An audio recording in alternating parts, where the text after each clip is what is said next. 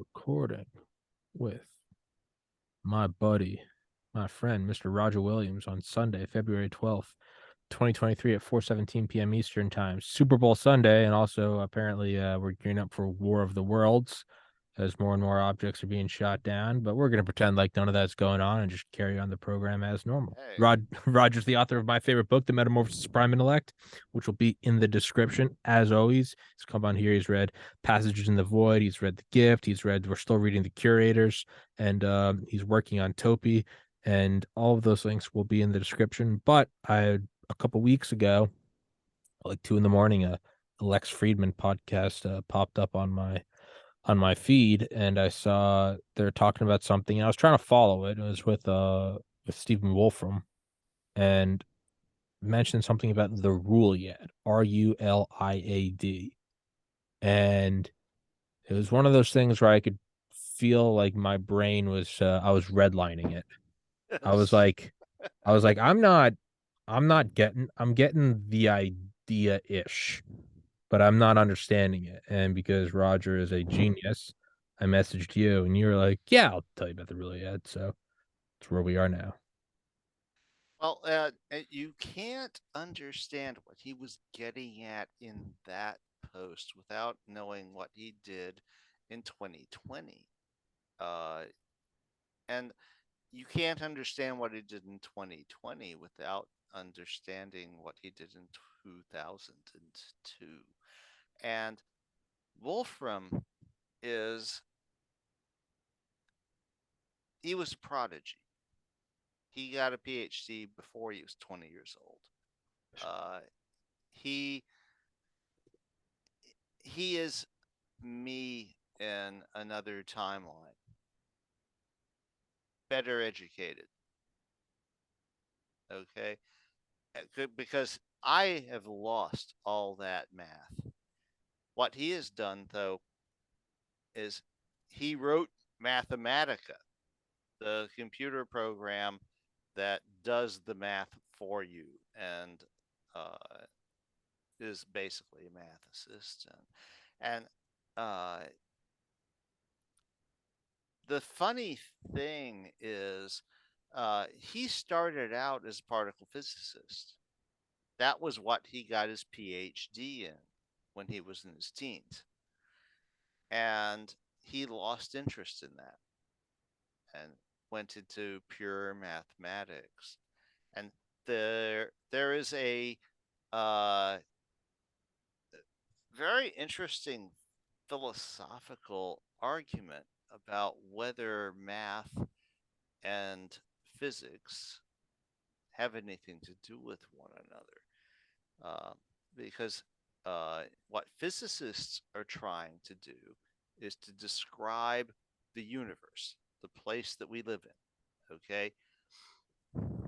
Mathematicians are just examining numbers and what they do, and things like sets and stuff that evolve from numbers.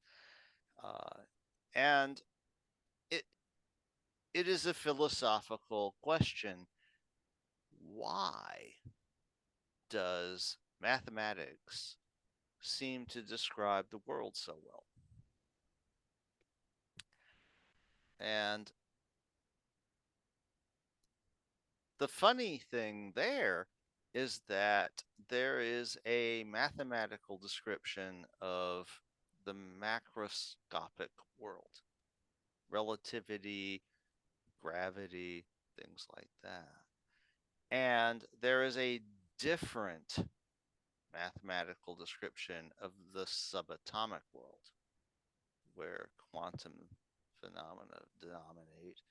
And those two things do not seem to have any fucking thing to do with one another.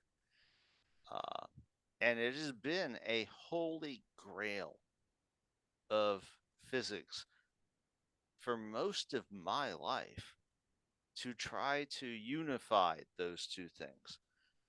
To say, well, and uh, and most of the attempts to do that have started from one end or the other and try to cram the other end into a mathematical framework that sort of kind of makes sense. And none of them have actually worked. So Wolfram comes into this in the 90s. He's a prodigy. He's me, except that he is much better educated than I am, possibly a little smarter than I am. And I'm looking at this guy, and so he has a PhD before he's 20 years old. But that's in particle physics. But he loses interest in particle physics in his 20s and goes into pure mathematics. Now, there is a difference there. This is very important because to a layman who doesn't actually understand the difference, what physicists and mathematicians do looks very similar. But it's very different because physicists are trying to explain how the universe works, the place we live in. All right, the place where we have all of these observations and stuff. Mathematicians are more doing flights of fancy about what do numbers do, and it's been a bit of a philosophical thing for hundreds of years about whether math actually represents anything that exists at all. Uh, and it's like, is it an accident that calculus actually describes the way the world works? Hmm. Or it and Wolfram, I think, came to a conclusion very similar to something that I did, that it probably doesn't. That it's an emergent property that math happens to describe something, but it's not the driving factor. Okay. And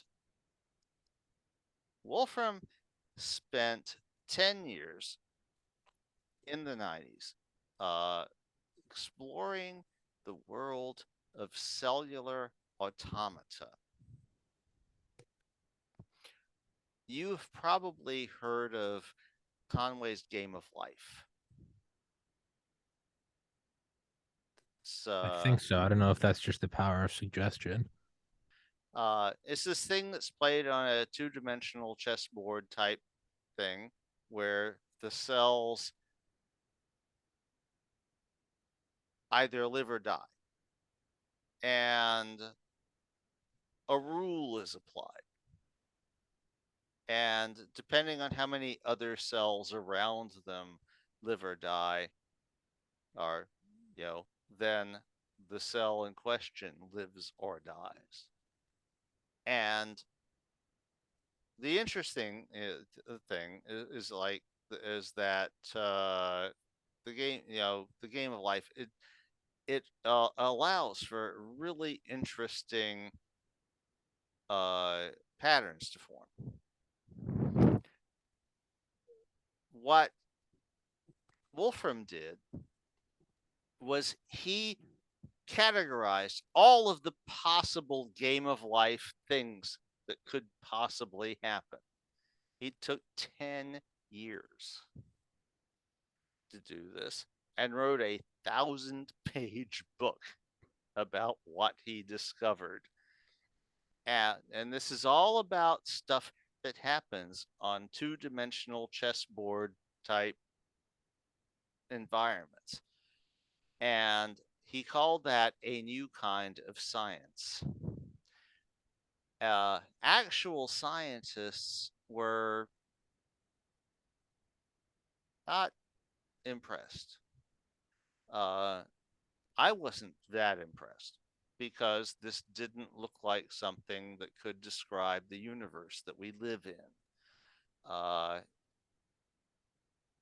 he, uh, but being a mathematician, this is math thing, not a physics thing.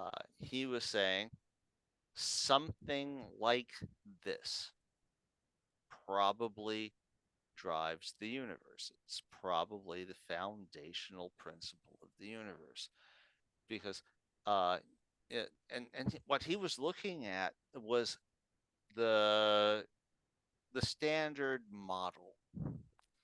My dad was just young enough to not get educated in that, and uh, because he's a physicist.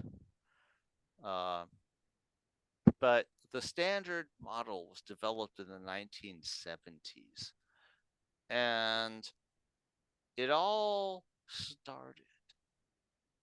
If we go back in time to days of the atomic bombs and stuff, life looked simple. You had protons, neutrons, and electrons.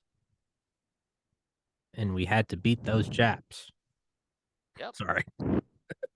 Oh, and that was Simplicity. Yeah. and that was completely true. Uh, so you had that, and and so we used that.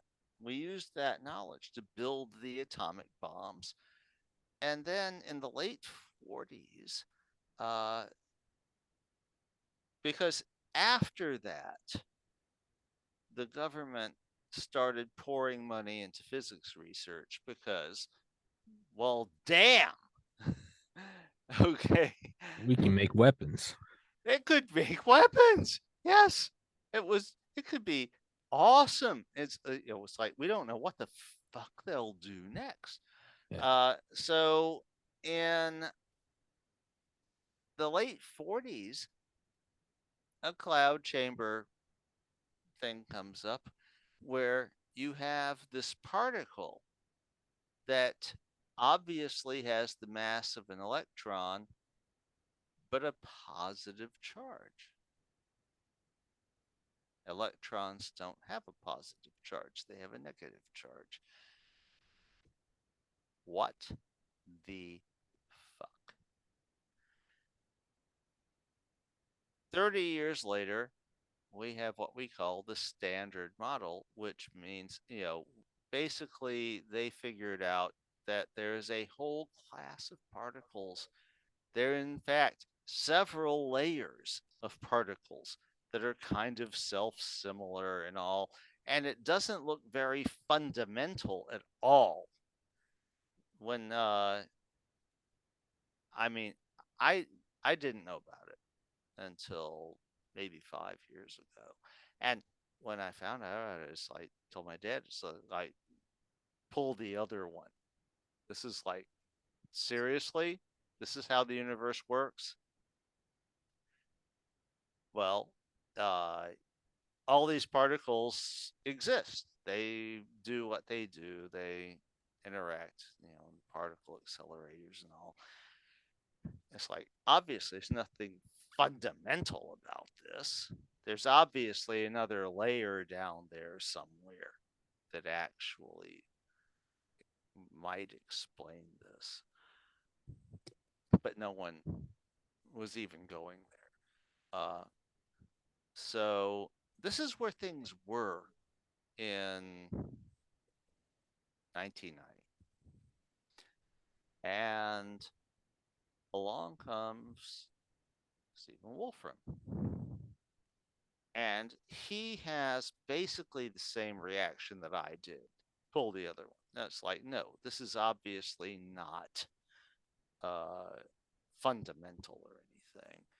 And his intuition is that it's something like uh,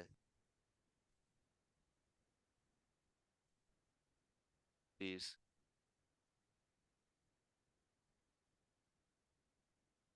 little things that interact on a chessboard. And no one is really, and he took 10 years to publish this 1,000-page book about cellular automata. And I understand his point, which was that he was saying, you know, Rule 110 is Turing complete. It is a computer. You can make a computer out of something so simple if it has the right rule.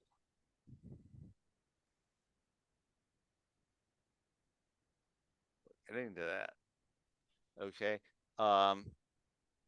But most scientists and all were they were very dubious. They were like, this doesn't seem to have anything to do with the universe we actually live in, because we don't live on a chessboard that's two-dimensional. Okay. So what the fuck? And that's pretty much where it stayed. Wolfram made his reputation and most of his money on Mathematica, computer suite of programs that solves math equations for you. Uh, then in 2020, he published a little blurb on his blog, the same blog that you linked to me with the Rulian thing, except that it was 3 years ago. And that was when he said,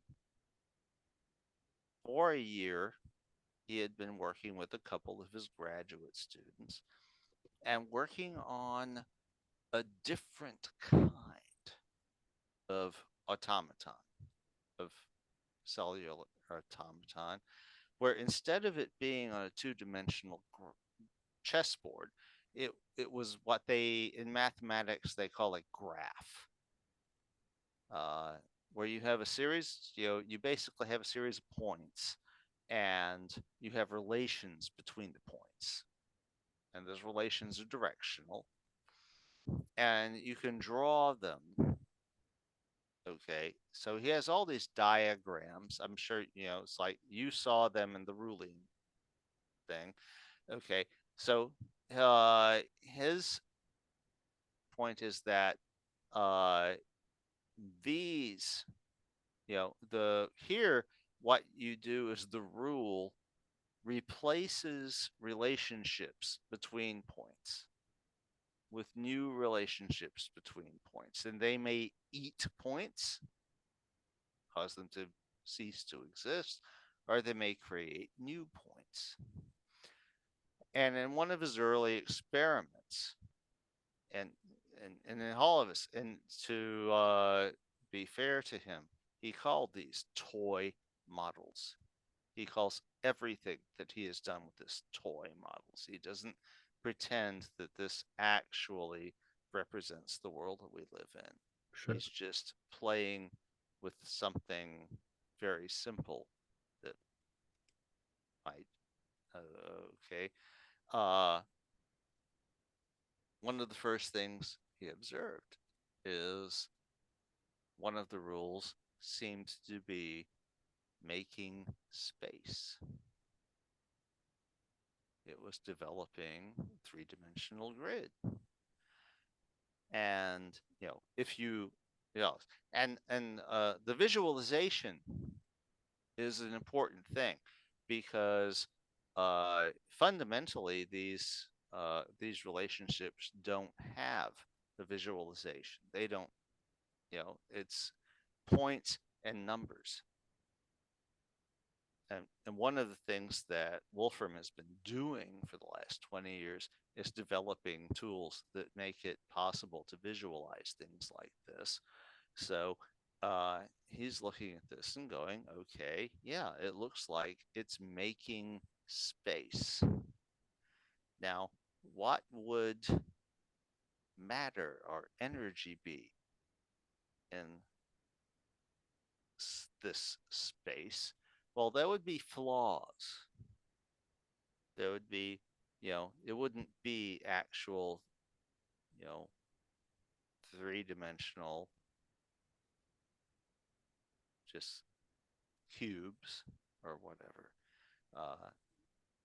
You would have a particle would be something that is different. And if you've played with Conway's Game of Life, and you look at things like gliders, then those things are very complicated. And Conway said even a thing like an electron would probably be a very complex thing in this expression, in this, you know, and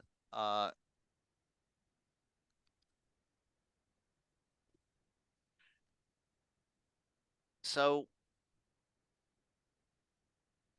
where does this come from? What is it? He doesn't say. Yeah, it's like we don't know. And this is, but what he's saying is that this is the world.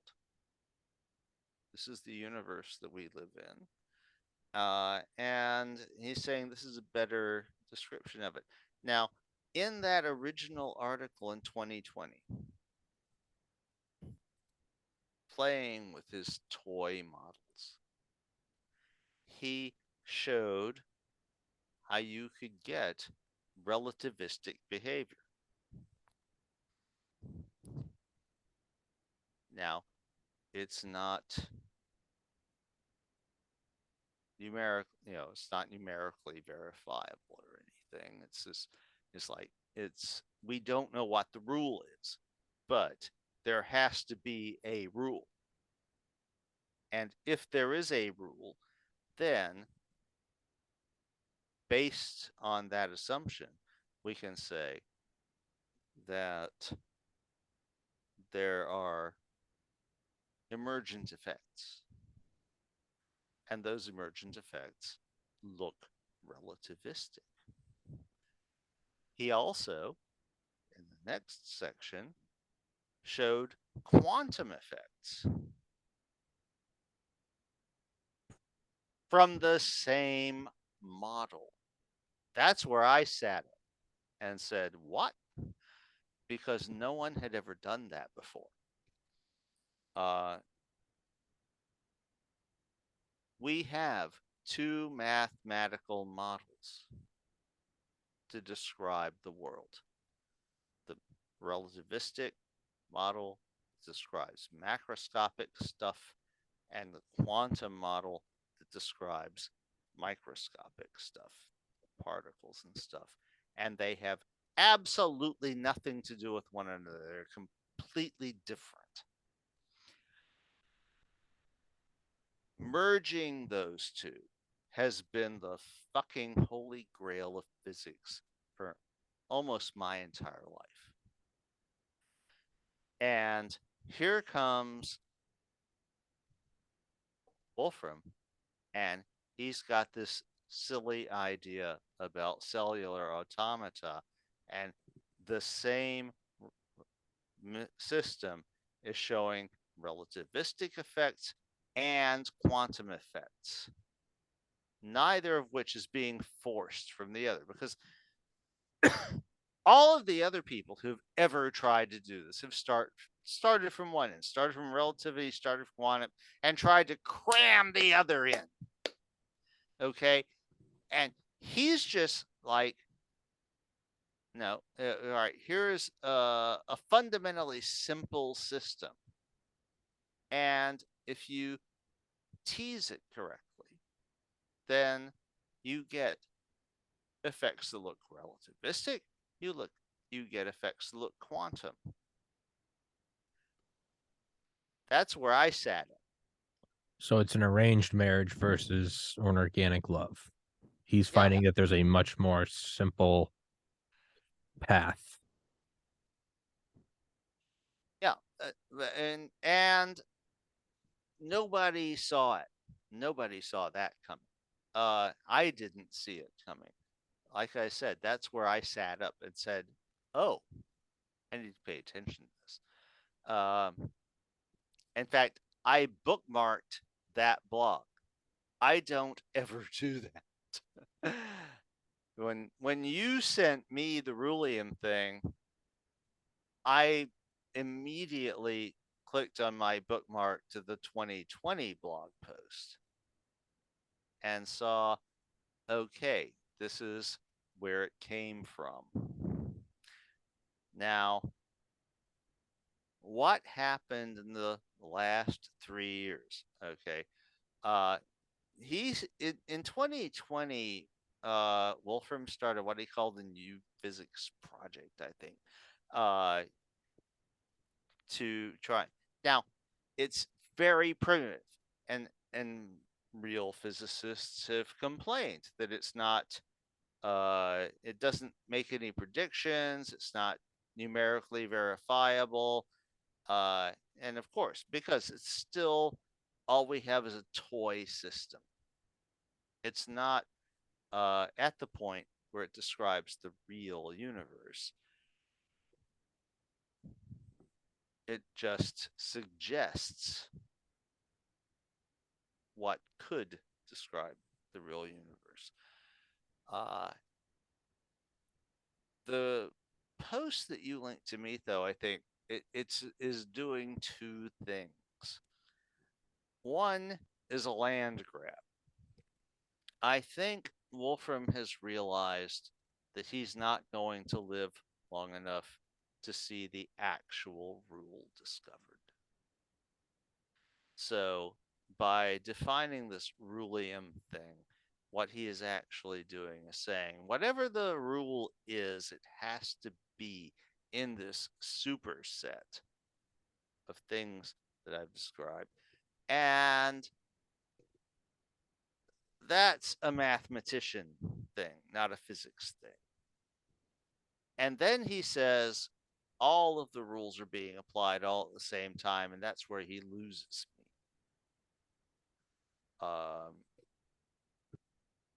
I do. My personal belief is that something like this is actually the foundation of the universe. I mean, I am in complete agreement with him. Uh, it's a thing that I felt in my bones since I was, 10 years old, and had my first encounter with a computer. That this is obviously how the universe must work, and there are implications there. The universe is finite. That in itself is a major thing. Um, so that so one of the things he's doing, like I said, is a land grab and saying, whatever the rule is, I'm claiming as a part of this set of possible rules, it has to be in this set. And so then we can say some things about it, and we can claim it. And even though I'm going to die in the next decade or two,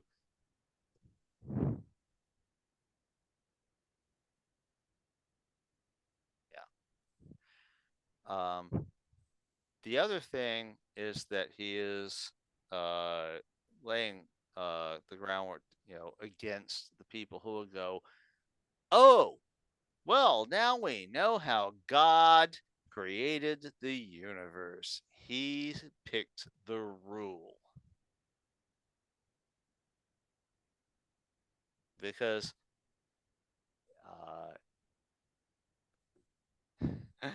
Wolfram is an atheist, and he doesn't believe that God created the rule. He doesn't believe that God exists. So uh, that creates a thing where you've got to uh, work on the,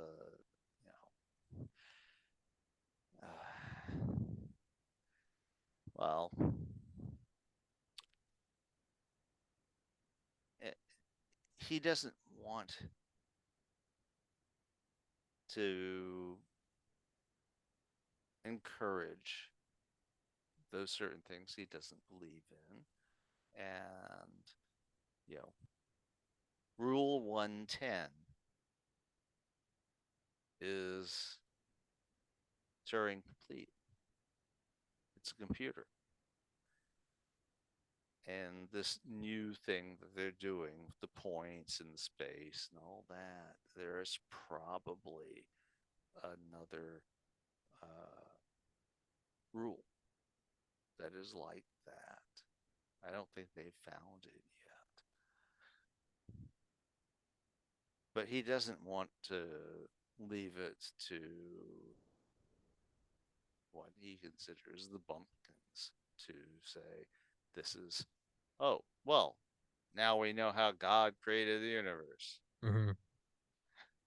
So that's kind of where we are with Stephen Wolfram right now. And notice you've been very quiet. No, I'm trying, much like I was when I watched that or most of that podcast is I'm trying to, it's admittedly over my head. I'm trying to understand it. I'm not sure if I know I don't. So if I'm quiet, it's because I'm not confident. I'm not cocky enough to spat out my own. I'm just sitting here like a sponge trying to piece it together. That's how I was in a class in college. If I was ever talking and answering, it's because I was cocky and I knew the answer. If I was totally fucking dumbfounded, I was quiet, just staring, just picking up every piece of information I could. Well, I will say this: Stephen Wolfram is probably the smartest person I know of. It's like I am considered a pretty smart person by a lot of people, but he is a fuckload better educated than I am, and I respect the work that he has done a lot. Uh, and but he himself, I think, would be the first to say that if you need to understand partial differential equations to understand the universe, that's not an understanding of the universe. He thinks, I think, that the there is a level at which the universe is actually fundamentally pretty simple. And what all of this math is doing is describing emergent properties. Uh, and it does, the math does that very well. But you have to ask yourself, what about like all of the square roots of -1? You know, I didn't understand. This is the thing that vexed me. When I was in college, I was like, okay, why are we having all of these lowercase italicized i's in these equations for the square root of -1? And no one could explain it to me. I finally actually saw a YouTube video a year ago that showed that, well, it comes down to geometric uh, solutions to equations. And in in certain cases of the quadratic equation, it turns out to be useful that if you assume you're adding these rectangles together to fill out the solution, and you have to assume a negative area rectangle. And and they're like, what? And it's like, well, if and this is what Euler did, and if you do that, if you assume that you can have a rectangle with a negative area and add it in, then at the end of your solution, the negative areas even out. They wipe out, and you end up with a real number, the solution to your answer. And that has proven so useful that it's ridiculous in electromagnetism and all kinds of fields. And this is one of the things that vexed me when I was in college, because we had these things where you have complex numbers. And I'm like, well, if it's complex numbers, like, why are you calling this y-axis the square root of -1? Why didn't you just call it x and y? Well, it turns out it goes back to Euler and this thing about the algebraic solution, the geometric solutions. And no one was bothering to explain it to me. They were just like, it just works, learn it. Just is shut up. Yeah.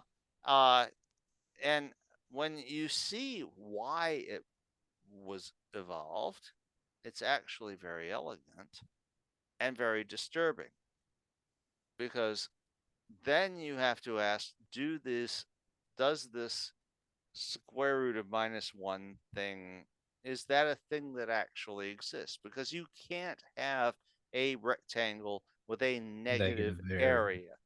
Okay. Well, it turns out that it's incredibly useful in all kinds of fields of science to assume that it does. And, I dropped out of it about at the time when it would have become really important for me to understand this. Uh, and no one was bothering to explain it to me at this time. So I went into something more practical, doing computer programming and stuff. But that, you know, that gets us into the question of math versus physics.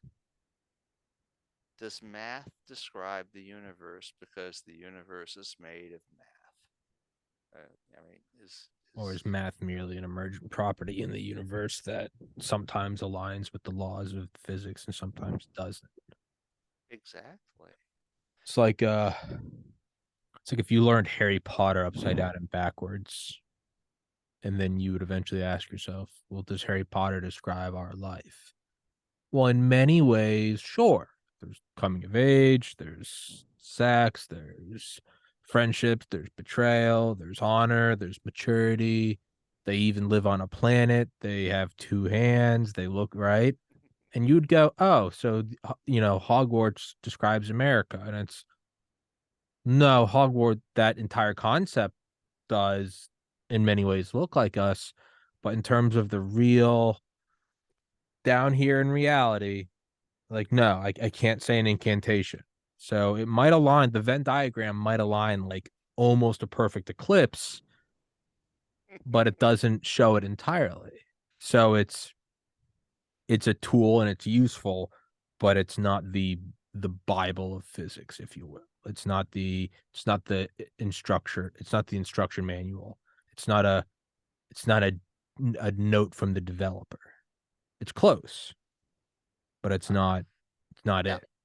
Well, nobody knows why math describes the universe as well as it does. We obviously use it, and it Well, works I, when th- I we think do. I think for the same reason that eventually, if you reverse engineered Harry Potter enough, you'd finally have to go. Well, it's because Harry Potter was a creation of our life, so in many ways it's based on us, and then it has some deviations. So is it that math is an emergent property from the universe, and so in many ways like we all have like we all have like pretty much the same genome. It's just like yours expresses different things, mine expresses different things. So you and I are emergent from the genome, but I'm not as tall as you. You don't have the same eyes as me, on and on. But we have kind of the same core toolbox or Right. code from which we're arisen. So it almost seems like math is the emergent property from physics. And that's why sometimes it aligns and that's why, yeah, he looks a lot like his dad. You know, it's like, well, yeah, it's his dad's son, but he's not his dad. Well, no, because he's not his dad. And you wouldn't say it's because they're similar. You'd say it's because he is of his dad. Yeah. Is that right? Am I anywhere close or am I just Actually, I think you've got it pretty close there. We don't. It's been actually a pretty uh, lively philosophical debate for at least 100 years, maybe more, about whether mathematics describes anything that's real at all. hmm, And the fact that physicists use mathematics the way that they do is a subset of that argument. Because they're describing the universe, and I agree with Wolfram in the general sense that it isn't fundamental. There has to be something simpler underneath it. yeah. I don't know if what he is driving at is right. Nobody does. Uh, I know that he is looking for that thing. He's not interested in string theory and stuff like that. He took one look at that and recognized this is not it. And in that sense, I mean, I hate to uh, say, well, I'm equating myself with someone like Stephen Wolfram, who is obviously much better educated and smarter than I am. But I saw the same thing. It's like I look at a thing and go, that is so stupid. It's not even worth wasting your time on. Uh, Now, unlike me, he actually has the tools to go after it. And I'm like, I really want to see what it is. I was not impressed with the new kind of science uh, when he published that. And that's a 1,000-page book that took him 10 years to write. And I'm looking at it and going, this is not impressing me. This is not the way the universe works. In 2010, in 2020 rather, when he came up with this new thing, I sat up. I was like, you're showing relativistic stuff and quantum stuff in, even if it's toy model, no one has ever done both of those things in a single model before. Okay, let's see where this goes. Now, the real scientists are going, well, this isn't all that impressive because it's not quantitative and there's no way to prove it and there's no tests that can be done. Well, of course. And, Wolfram himself said this is a toy model. This is just the beginning, but he's teasing these behaviors out and saying no matter what the rule is, it has to do these things. Now, what he's done in the post that you sent me, the Ruliad, all right, he's doing two things there. One is a land grab.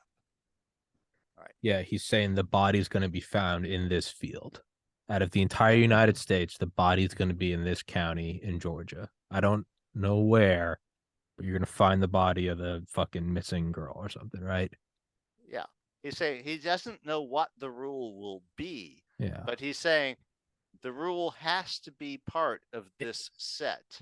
In here, nuclear fusion will look like a tokamak reactor, but I can't tell you what the exact parameters are. Yeah. Smart on his end. Yeah, and I don't have a lot of respect for that. Well, that's the human ego grab, which though seems to be a little unscientific. It's also in terms it's of a just, lot unscientific. well, no, well, not yeah, not kind of. It's totally unscientific, but it's realistic in that that's also what drives shit forward. Is you want to slap your name on it, Yeah. like it or not. There are selfless researchers. Well, A lot of shit you want to slap Tommy on. I liken it to James Clerk Maxwell. Uh, you know, in in the early 19th century, he does this thought experiment. They at the time they have figured out uh electricity. They figured out magnetism. Yeah. They have constants. They know that if you have a moving electric field, it creates a magnetic field, and vice versa. And he does this thought experiment. If it's like, so you go in the roof of your house, and if you have a charged particle and you wave it back and forth, okay, if it's a charged particle, it's electrically charged, then that's going to create a magnetic field. And if, the thing is, that's a moving magnetic field, that's going to create an electric field. And vice, back and forth and all. And so that's going to create a wave. So in the early 19th century, he looks, at the constants, and he comes up with what are still to this day called Maxwell's equations, and says, but and his conclusion is, if you could set up a wave like this, it would travel at a certain speed. And it turns out that the speed he calculates for this wave is suspiciously close to the speed that has actually been measured for the speed of light. Okay. It was 50 years before they actually proved that light was an electromagnetic wave. I think that's where we are with Wolfram and his ideas about the universe. Uh, when Maxwell did that, it was so far ahead of its time. No one even understood how far ahead of its time it was. Yeah. And I think Wolfram is right. I mean, this has been my intuition too, for decades. Uh, but it's a very difficult thing to probe. It's very, it's like we're not yet at the point where we can prove one way or the other what's going on. And I think Wolfram, who's about my age, is starting to realize that he's probably not going to live long enough Yeah. to see it happen. Thus, the land grab of the Rulian. So, uh, and I can't quite blame him for that. Uh, he has spent most of his life pursuing this. Yeah. In contradiction to almost everyone else in his fields. Uh, he's he's made his mark and most of his money with the Mathematica program. Oh yeah. Wolfram Alpha. But in the 2020 article was him returning to physics. That was about describing how the world works.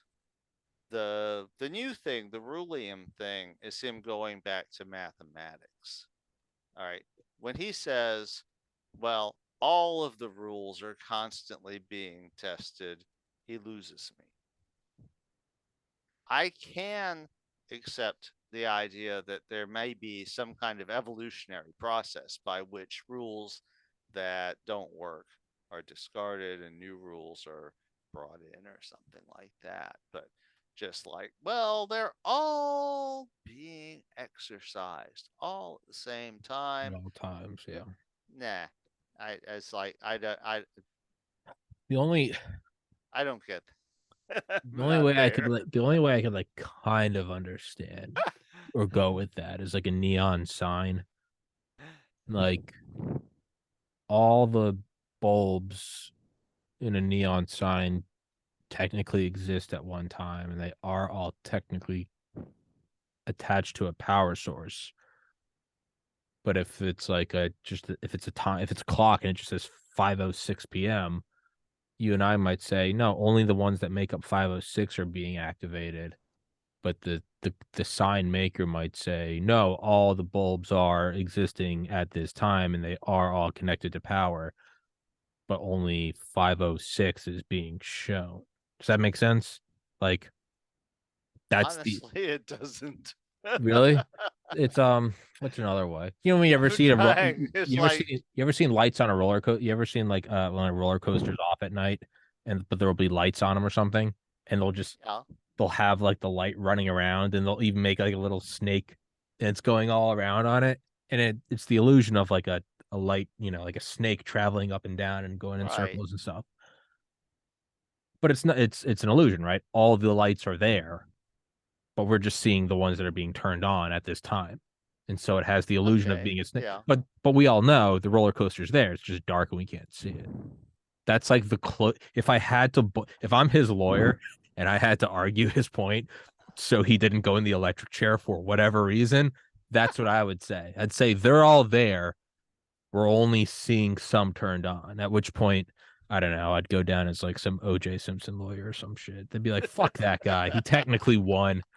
You get what I'm saying? Like, if I had to go extra credit, who wants to be a millionaire, burning my lifeline. That's my shoehorning the answer in and the professor feeling bad for me and giving me a passing grade. That's what I mean. All right. That it's At, I don't necessarily believe it. If I had to bullshit an answer, that's what it would be. at this point, I've forgotten what the question was. All rules are being exercised at the same time, all the Yeah. time. Well, yeah, and that doesn't make any fucking sense. No, it One doesn't. one of the things uh I saw Eliezer Yudkowsky, I think, agreed with me on this because we both came to the same conclusion without knowing that neither of us knew the other existed when we did the calculation that came up with the idea that the universe contains about 10 to the 81st power bits of information. Uh, based on the volume of the universe and quantum mechanics and the fact that you can't completely determine the position of a Yeah. particle. And uh, the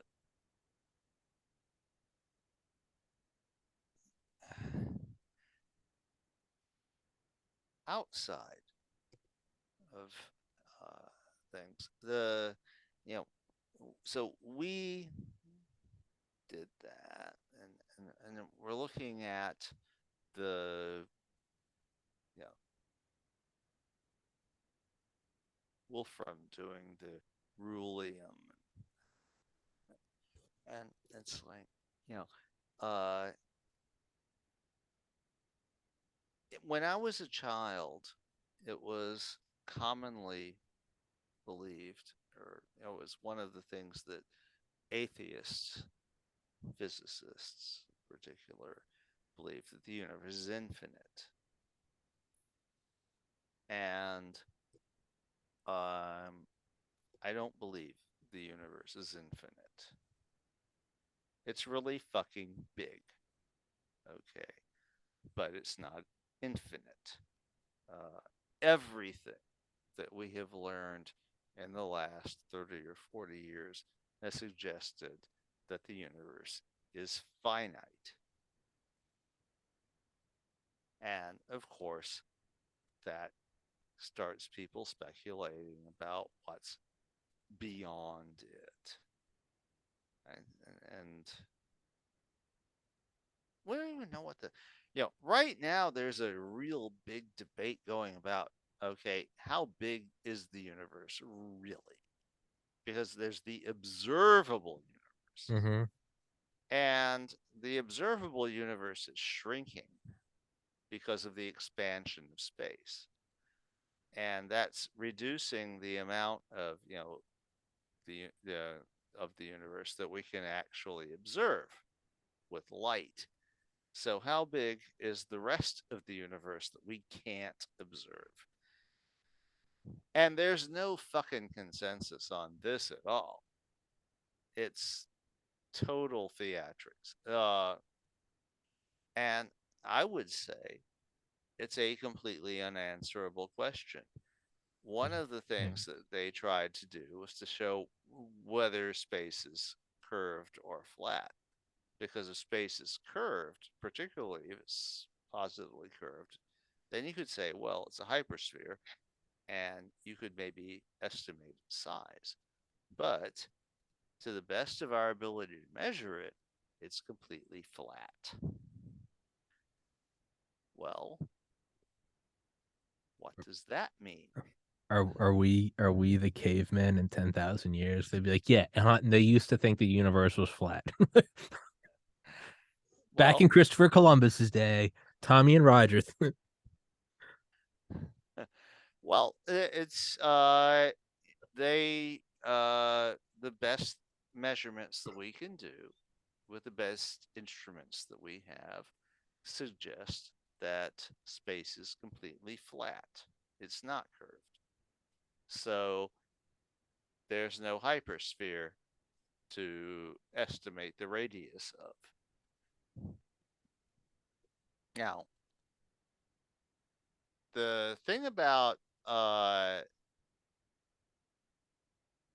theorem that we are here to explore, uh, it conveniently provides an explanation for both dark energy and dark matter. Uh, and, you know, and again, it's not quantitative, but if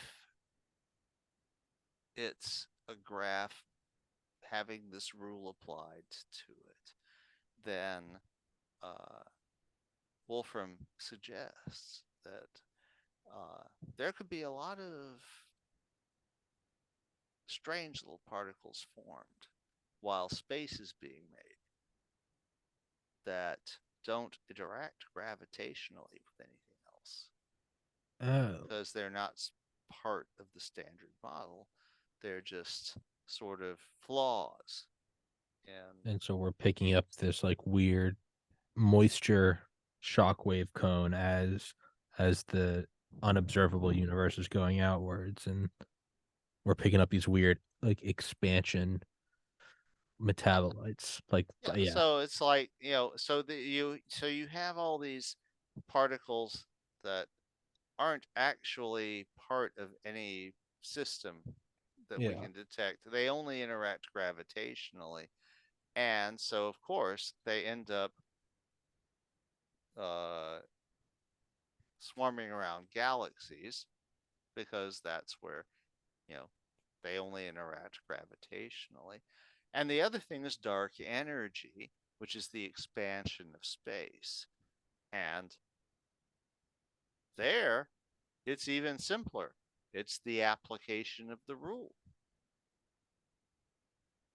What does the rule do? The first thing that they observed before, in the beginning of getting this idea, It seems like it's making space. Well, maybe it's still making space.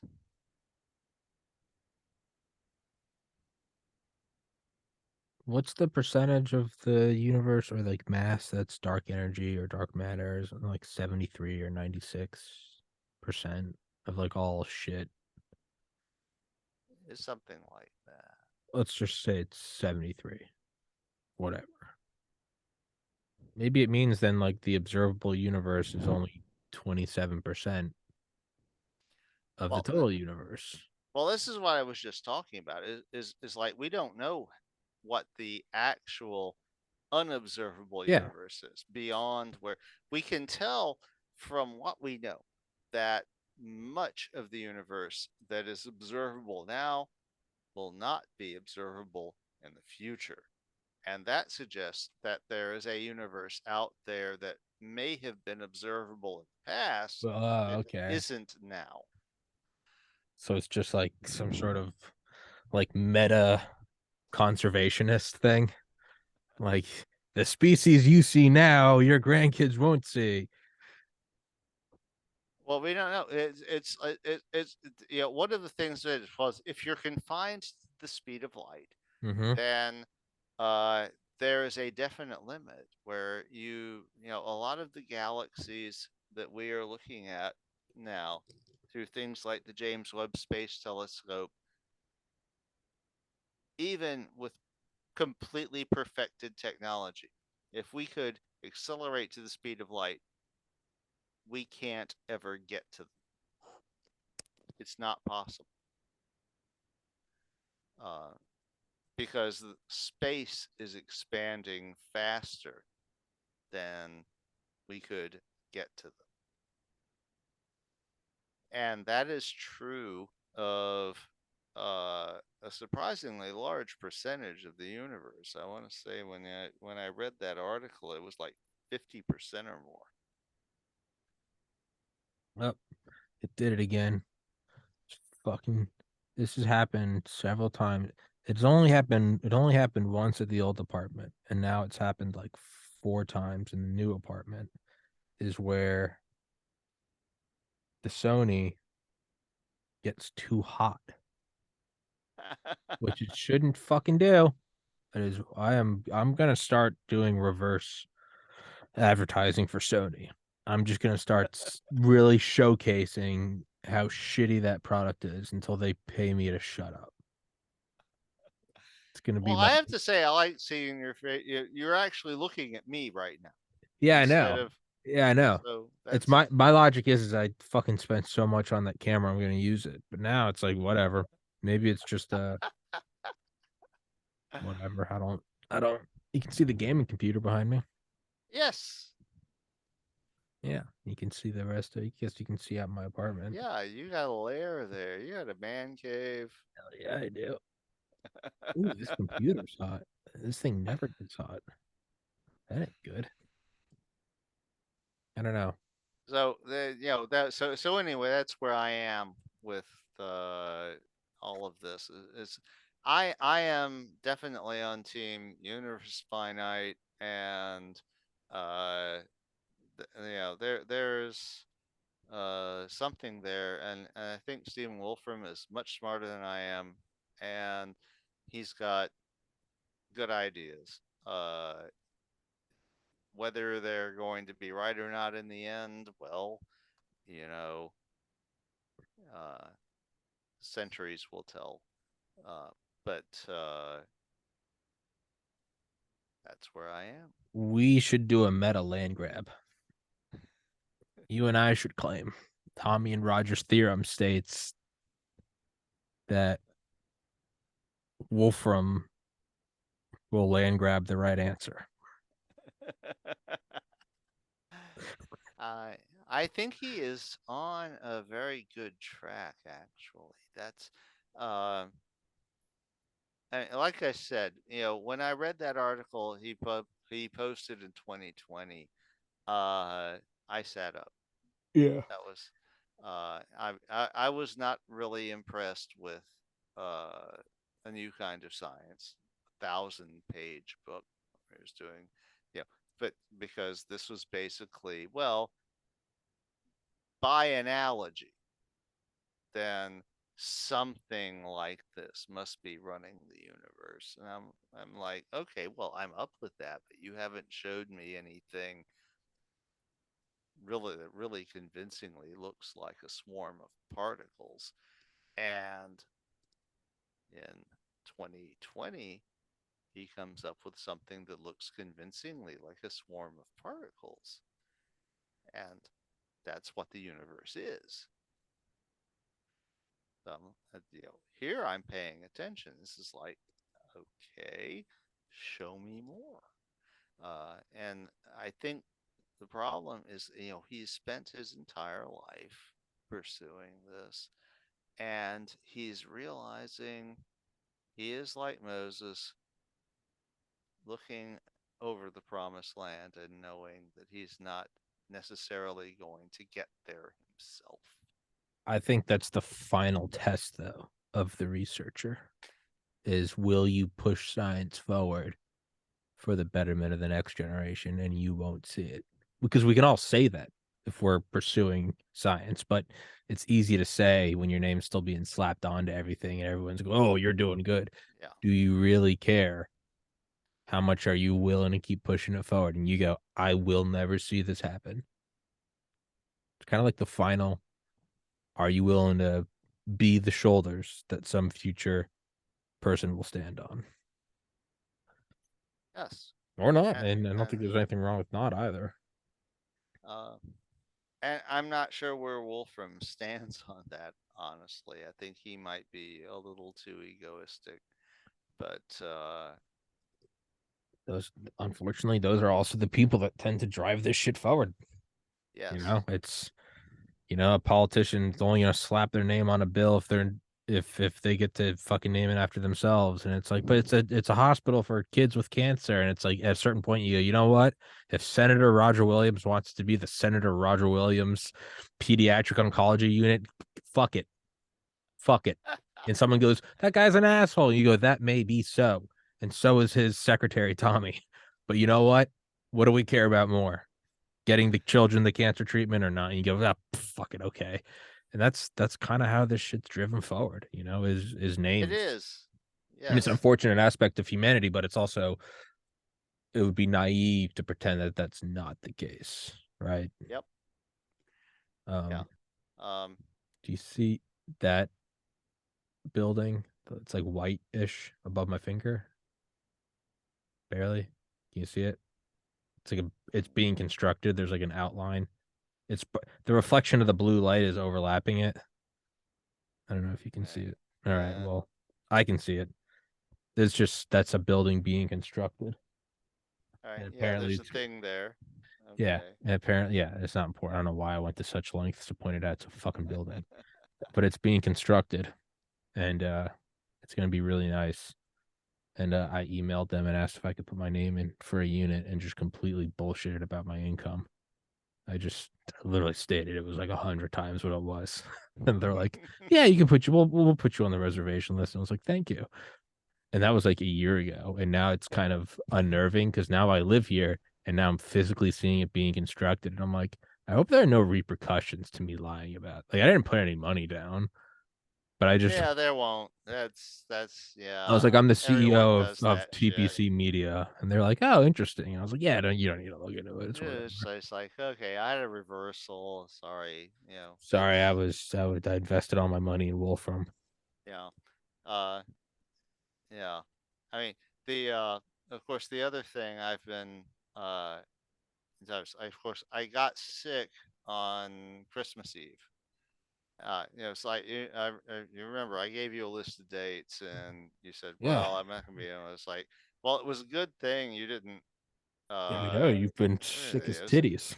I I I I have blown more sick days in the last month than I did in 37 years. And it's been weird because it's not like That's not your terrible. thing. Yeah. No, and it's not terrible. It's just like if I push myself just a little too much. Then I get nauseous and I throw up. And that's happened a few times this month.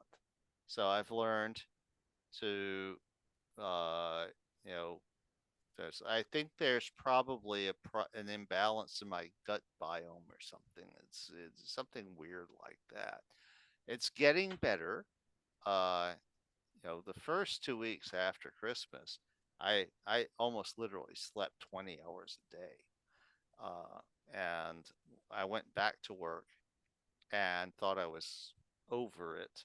But then the second day, I had to do some sorting of old equipment, and the only place I had to work because of all the work that's being done in the office, which doesn't help much, was at a bench where I had to stand up.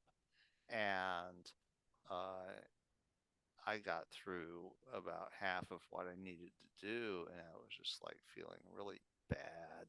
And I went over to one of my coworkers' workstations. He was out on a service call and threw up in his trash can. And it's like that was humiliating. Oh, Uh, sorry. and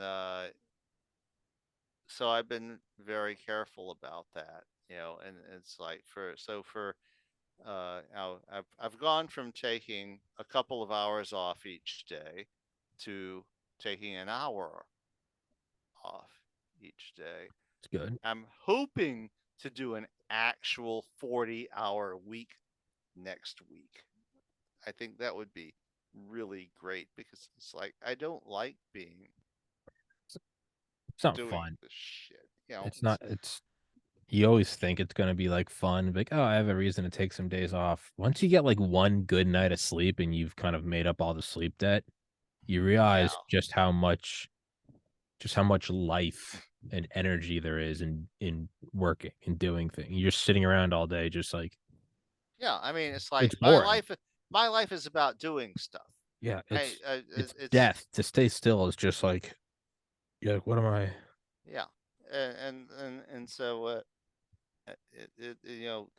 that's been the thing for me for like over a month now. It's just I, it's humiliating and I'm tired of it. Uh but I've also been working on a project that Andy Atunche Mhm. prodded me into. Uh, so I know you are probably aware that I have described your favorite book as a pseudo collaboration between Isaac Asimov, Philip K. Dick, and the Marquis de Sade. And after writing The Metamorphosis of Prime Intellect, I went on to write Passages in the Void, which is very Philip K. Dickian Mhm.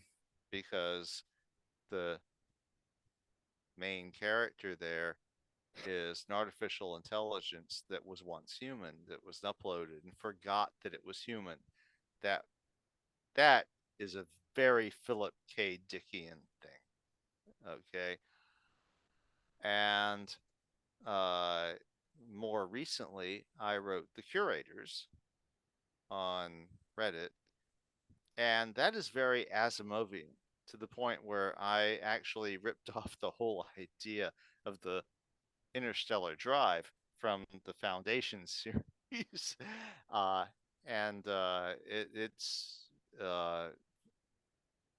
very much in his vein, and that leaves Sod.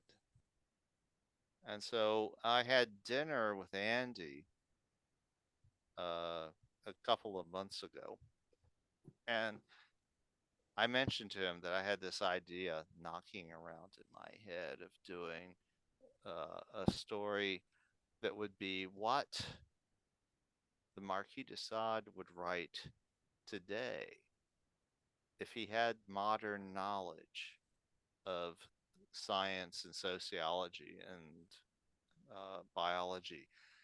because a lot of his arguments fall apart because he was working in the 18th century when the understanding of those things was very primitive by modern standards.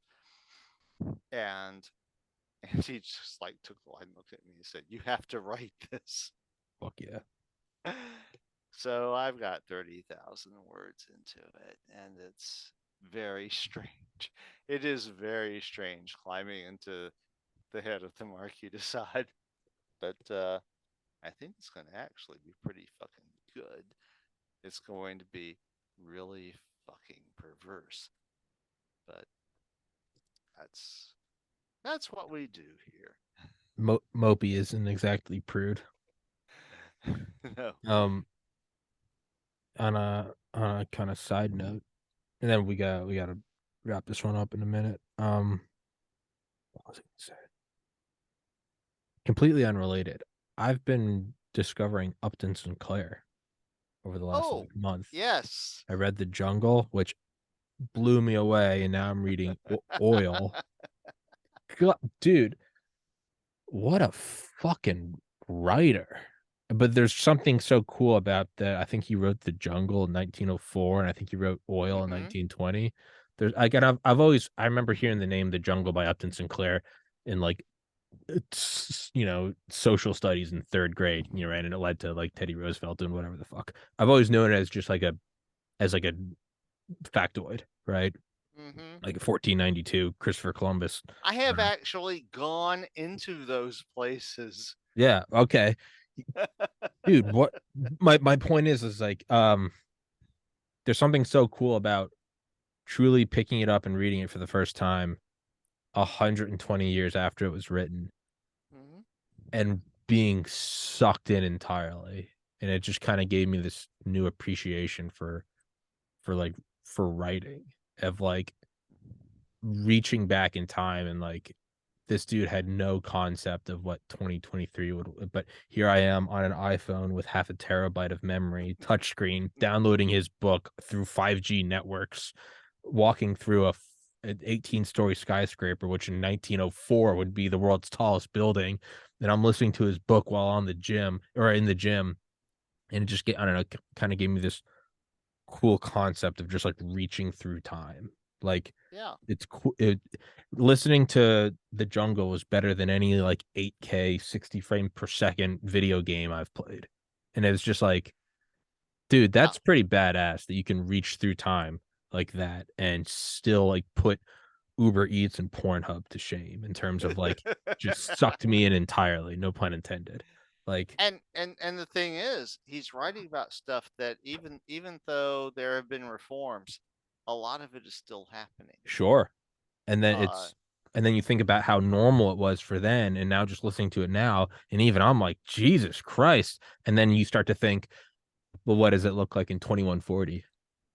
yeah. Are they going to look back at us and be like, When yeah, when I went to work for Michelle, uh, the second day, I went to a job with the guy who was training me at a place called Thompson Beef, and they made the hamburger patties for Burger King at the time for the entire Southeast United States. And that meant they took in sides of beef and ground them up and turned them into hamburger patties. Now, they didn't have a kill floor. It actually, now having gone to other places, I realize it's one of the cleanest food processing plants I've ever seen. Uh, but after that, it was a month before I could eat another hamburger. yeah, it'll The smell of death in that place was just something I had never experienced before. Uh, Now, humans can get used to anything, sure. and I did. So I got to the point where I could go to food processing plants. But that first exposure uh, shocked me to my core. And I think, it's like no one has any fucking idea what is going on. Have Uh, you have you ever read Fast Food Nation? no, I haven't. I've heard of it though. I had to read Uh, that in college for something. That's another great book. yeah.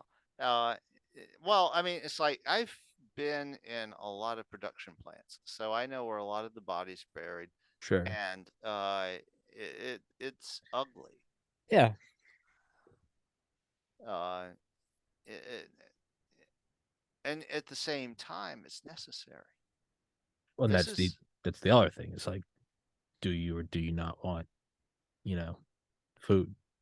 right. Well, it's like, do you want food? And it's like we have so many people there.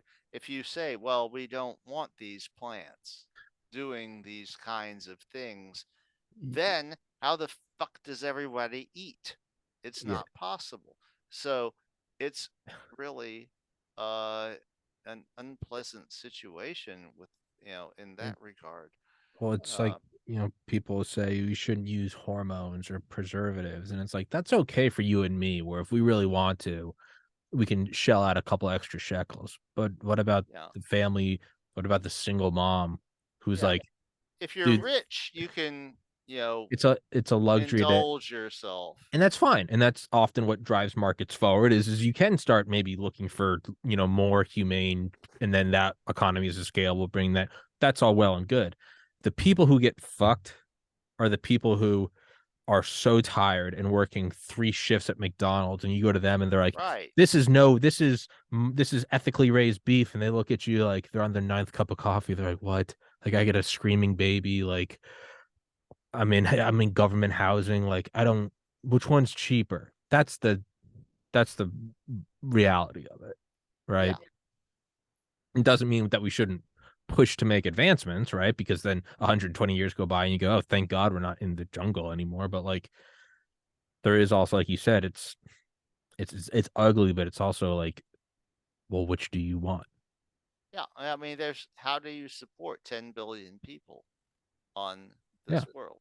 There's no other way. Uh, the only way to fix it is to start, basically massively killing people. And and well, then, I would rather not be oh, part well, of then, that. and then the question comes up of, okay, organic Okay. beings are going to be slaughtered. Which ones do you want, fellow man or cow? It's Yeah. not a fun it, but it's like you gotta choose one, man. You gotta choose one. There's no, Well, it's more like man or man. That's, well, yeah, the ultimate problem is that we have almost 10 billion human beings, and the world is barely capable of supporting us. And the climate crisis is about to fuck tip us all over. over. Yeah, So, because the circumpolar vortex has completely collapsed. The which ice shelf it is in Antarctica has collapsed. So we're about to start sea level rise. We're seeing storms of the like that you never saw before. I it's like when I was sick, one of the things is I had to ride in passenger seat back from Tunica, Mississippi, which is normally a 6-hour drive, but we got up and texts weren't going through, phone calls weren't going through. I had to knock on my partner's door that was next door to me, and he had to throw on a pair of pants. It's like, and we got to his window just in time to see. In Tunica, Mississippi, the casinos are on the wrong side of the levee by by necessity because they have to float. So the Corps of Engineers levee is there, and you have to climb over it in order to get to the casino. And we were sitting there on the 22nd floor oh Jesus, of a tower and watching a car try it, spin out, and crash. And my partner was like, well, it's like we can't stay there. They were saying it was only going to get worse. It wasn't going to get better. So this was like Wednesday, and we were like, if we stayed, they were like, well, it's not going to get better until maybe Saturday at the earliest. So we're going to be stuck here. And I could tell my partner, and I had ridden up. I left my car in Columbia, Mississippi, and rode up with him, which was 4 hour drive. It was an hour and a half for me to get to Columbia, and then 4 hours from Columbia to Tunica. And we stayed at the plant, and this was one of the things where he was doing his thing, schmoozing the customer, and meanwhile, we were standing up, standing up, standing up, standing up, and I wasn't well, and I didn't really realize I was not in good shape, and so I asked for if they had some bottled water, found a place to sit down because we had all been standing in the plant manager's door. Uh, and I told him, it's like, well, I haven't been feeling well. We got out and said, finally it was the customer who said, well, we kind of got to cut this off because it's been sleeting for half an hour. Okay, that's half an hour too long that we should have left earlier. We get out. I nearly went ass over tea kettle just trying to walk to his truck and managed to make it. The whole landscape is fucking white. And fortunately, we were in the Delta, which is flat. So, so Jay looks at me and goes, it's like, well, should we try to go somewhere south?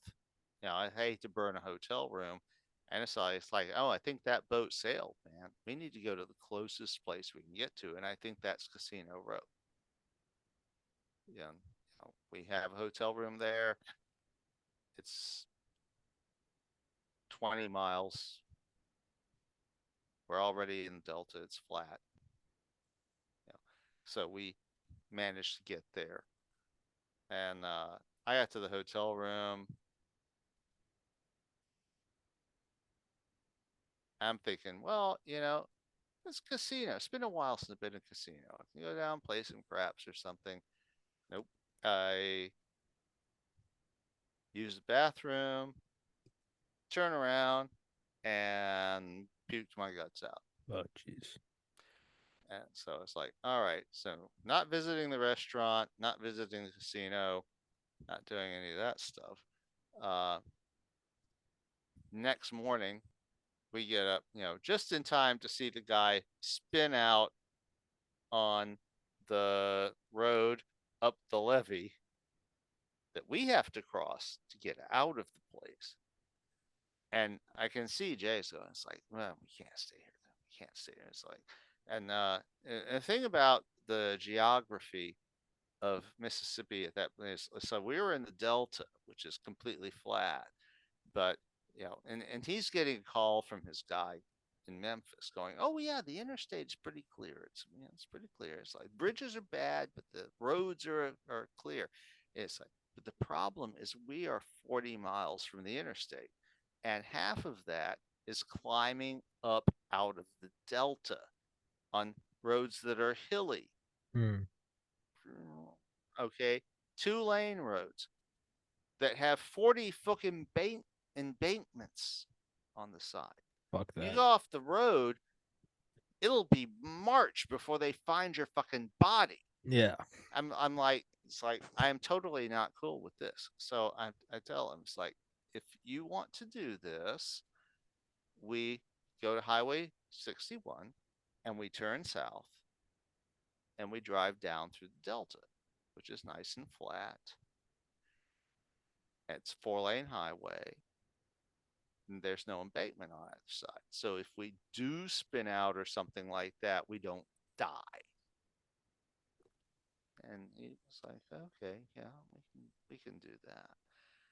We spent the first 30 miles going 15 miles an hour.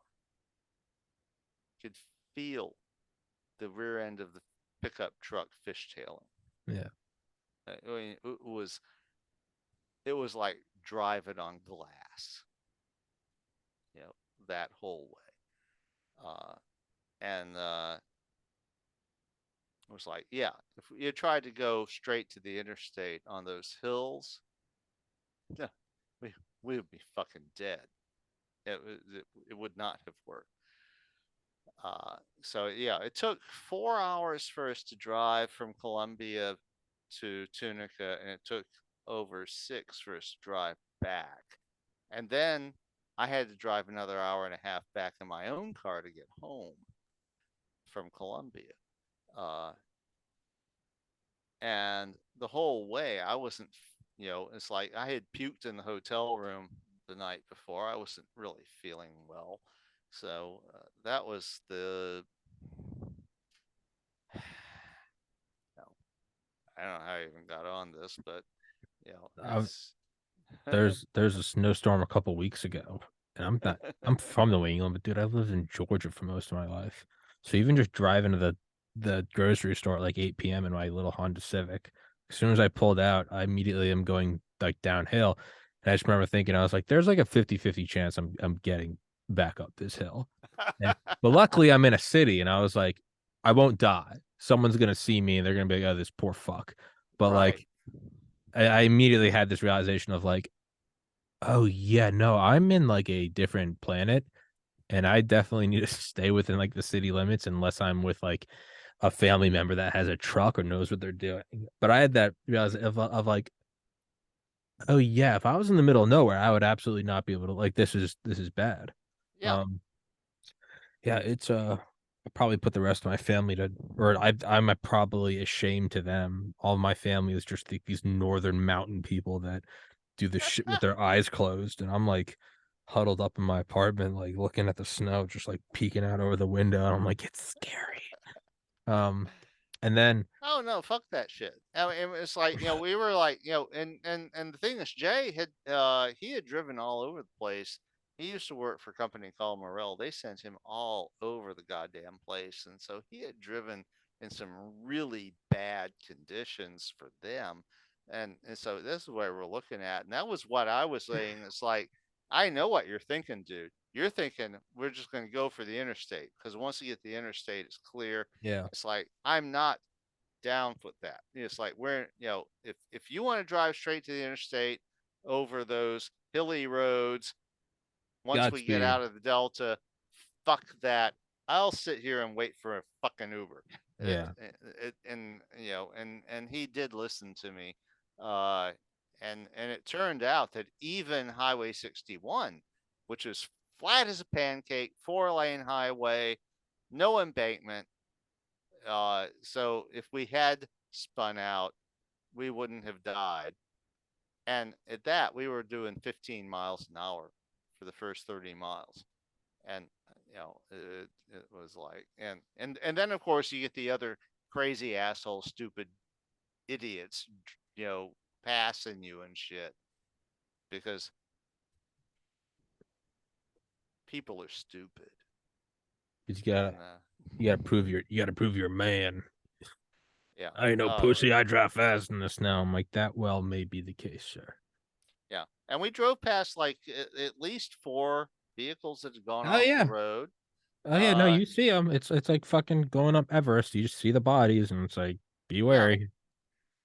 So it's like we were just trying to get where we're going, and that was and that was when I was sick, much worse than I am now, and uh, so that was an adventure. Then I bought the most expensive pair of shoes that I've ever bought because I have plantar fasciitis. The soles of my feet are swollen, and I ran across a guy who I have reason to believe actually knows what he's doing. And I told him what's going on, and he said, uh, if you have plantar, if What? you, I and then just got. I got a notification just before this. I had on Claire Lopez when we were talking about all like the balloon incursions Mhm. and how 3 objects have been shot down in 8 days. 46 minutes ago, another Air Force shot down something else over Lake Huron. Lake Huron. They've shot down 4 objects in 8 days. Well, now that we're aware of them, Well, now you got to have that's kind of my logic is I think they've probably been here and it's probably like, yeah, we have shit over China. And but I think now you kind of have this like, well, no, we got to if you're shoot them using the down. thing about balloons is if you're using balloons, you have to have a very large density of them because they can't be steered. Yeah. Well, I guess the So first there one, has to be a lot of them.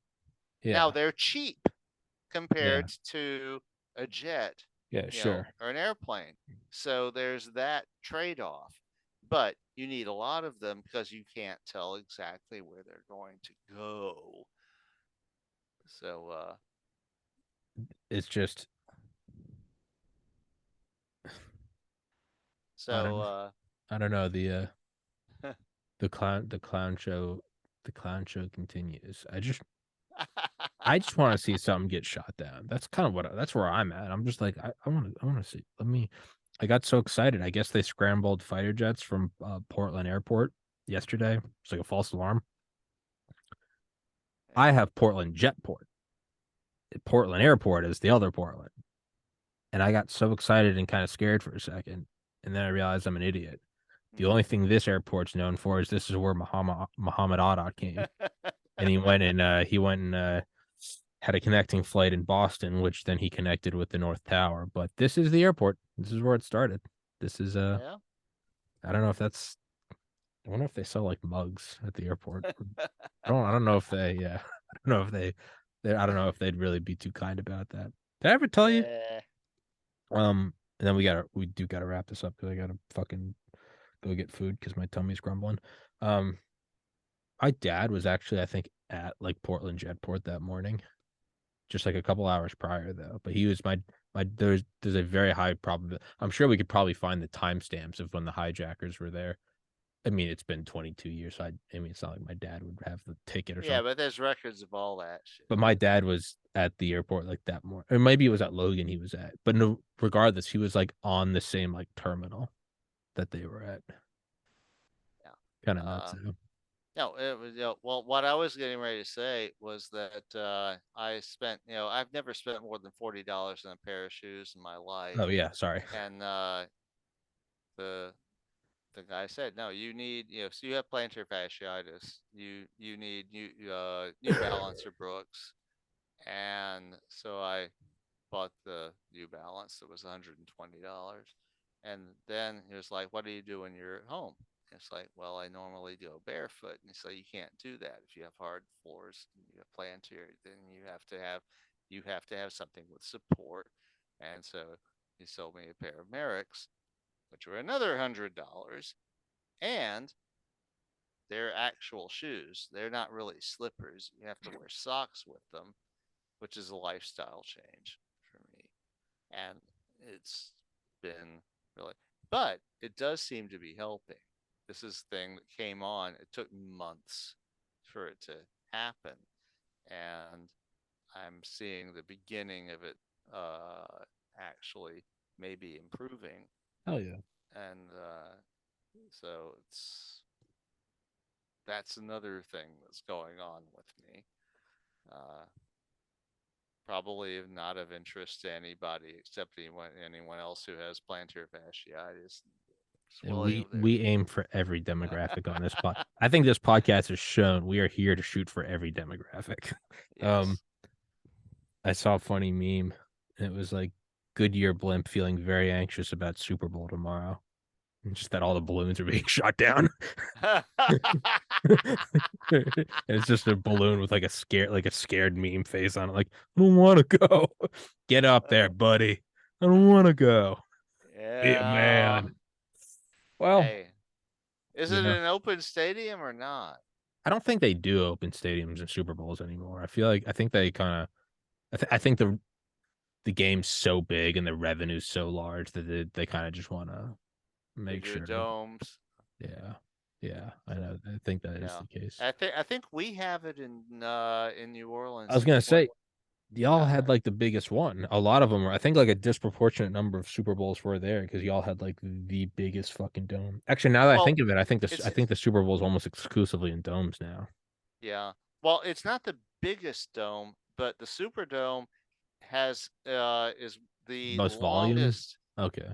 It's the longest lived stadium. Oh, I mean, there's stadiums that were built after the Superdome was that have been demolished, yeah. or mothballed, and the Superdome, turns out it was very well designed, and they've renovated it several times, and they're in process of renovating it again right now. But it's because it's in foot distance of the French Quarter. You can walk from the Superdome to the French Quarter, a lot of other venues, and this is New Orleans. This is Party City Prime. Uh, that is a big attraction. Yeah. You have a bunch of hotels right there that once you put your car in the vertical car park, you don't have to even touch it again. You can walk everywhere that you want to be, to nice restaurants, to the dome, to to see the game and all. This is one of the things that is really nice about having an event like that in New Orleans. This is one of the few cities that uh, is actually like that, because most cities, if that can host the Super Bowl, you have to drive to the stadium, park your car, and then you Hmm. have to drive back to the hotel, and then you have to drive to wherever you're planning to celebrate. Here, you You're right park your there. car and do the rest on your feet, Yeah. and that is a feature of having your thing in New Orleans. Uh, you know, and I don't do that a lot. Uh, I've only done I've only availed myself of that a few times, but it is really nice when Fuck you yeah. decide We're gonna find out tomorrow that they shot a balloon down over Superdome and destroyed it. to. Dude, this is bonkers. That I mean, I also don't really think it's a whole lot. I mean, in 5 years we'll probably just be like, remember that whole balloon thing? Like, I don't think it's, but it is kind of, it is Well, if they're interesting. doing it that much, They're and we're doing only this. noticing it now. It's probably that. It's probably more so. It's probably the one last week was bad PR, and now it's like you got to we're kind of playing whack a mole. It's just I Yeah, don't know. I would imagine it's because something you like that. can't fucking steer a balloon. Yeah. The Well, only way you get anything useful out of a balloon thing like that is to have a whole fleet of them. well, apparently the one last week was kind of changing its course to go to military bases, which I guess I suggest it had like a propeller. I But don't believe that. yeah, I don't know enough. I don't give a. Most importantly, I don't care. But no, you're probably right. It's probably just right. You can't throw one at it. It's probably like World War II bombing. You just got to throw everything at it because you Yeah, can't. I it's would like imagine it's it's it's that. like V1s. It's like, well, one of them will hit London. It'll hit London somewhere. Yeah, yeah. But yeah, what is going? It is interesting. I mean, at the very least, it's interesting. I Yeah. mean, I mean, you can't steer a balloon. That's, balloons 101. I've ridden in a balloon. I have actually taken a balloon flight. So I actually have experienced how balloons work. Uh, and that was fun as hell. Just gonna say I thank guess you, thank you, Budweiser. They were uh, they were the sponsors. It was their promotional balloon at the uh, balloon race in I guess Baton Rouge. China is talking about shooting down a balloon in their airspace. Well, they would know because they're the ones who are launching them against us. Duh. Yeah, of course we shot it down. We had the tracking number on it. I mean, as far as World War III goes, this is kind of cuter than I ever thought it would be. Just the attack of balloons. Until, It, of course, it turns to thermonuclear weapons. But yeah, the build up is adorable.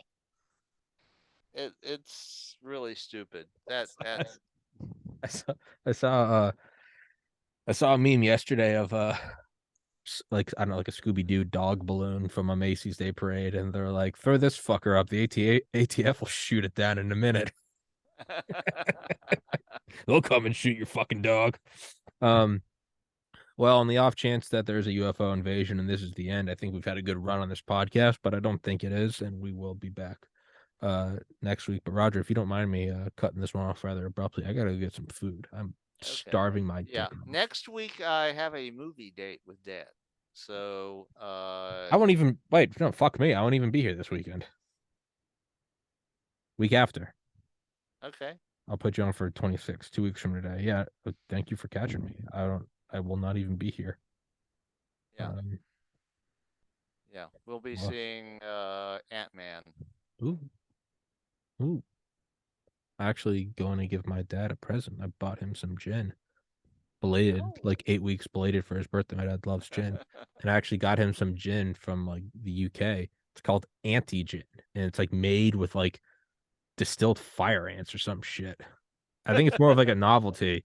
But you mentioned Ant Man.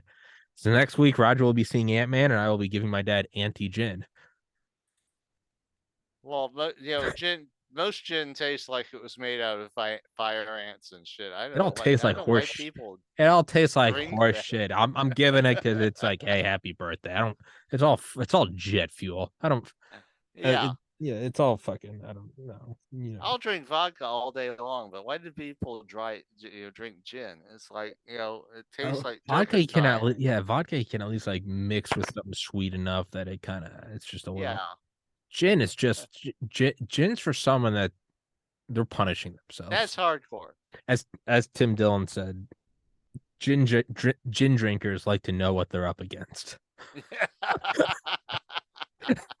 That's the only logic I can think of. Is you're like, I need to know.